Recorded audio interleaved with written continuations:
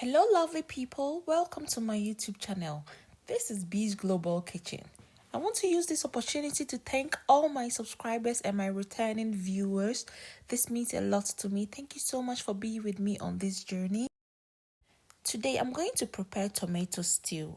Yes, to prevent me from talking too much, I'll be putting the ingredients on the screen as I go on. I've got some veggies, my tomato paste, my geisha mackerel, olive oil, salt, and my goat meat. As the video progresses, I'll be bringing in more ingredients, including my seasonings, and I'll be putting them on the screen to prevent lots of talking.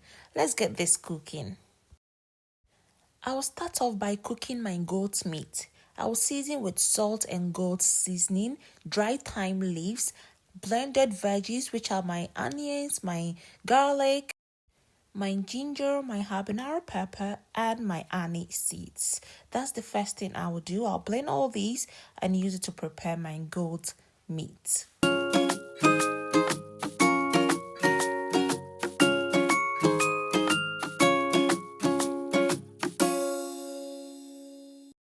As my goat meat cooks, this is the time to get my veggies ready for the main stew.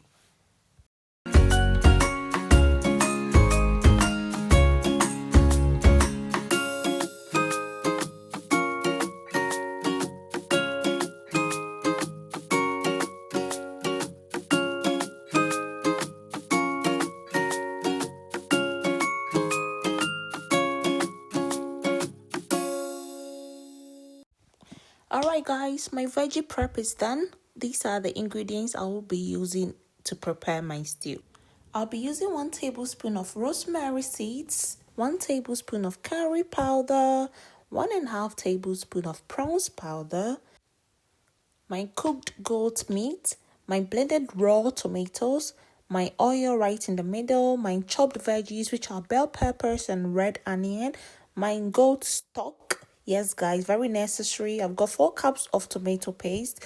I've got my geisha mackerel right in the middle, some chopped red onions on the side, and lastly, my blended veggies, which are some onions, some garlic, ginger, habanero pepper. Let's get all this together. The first important step for me is to ensure that I'm frying my meat in the same oil I'll be using to prepare my stew.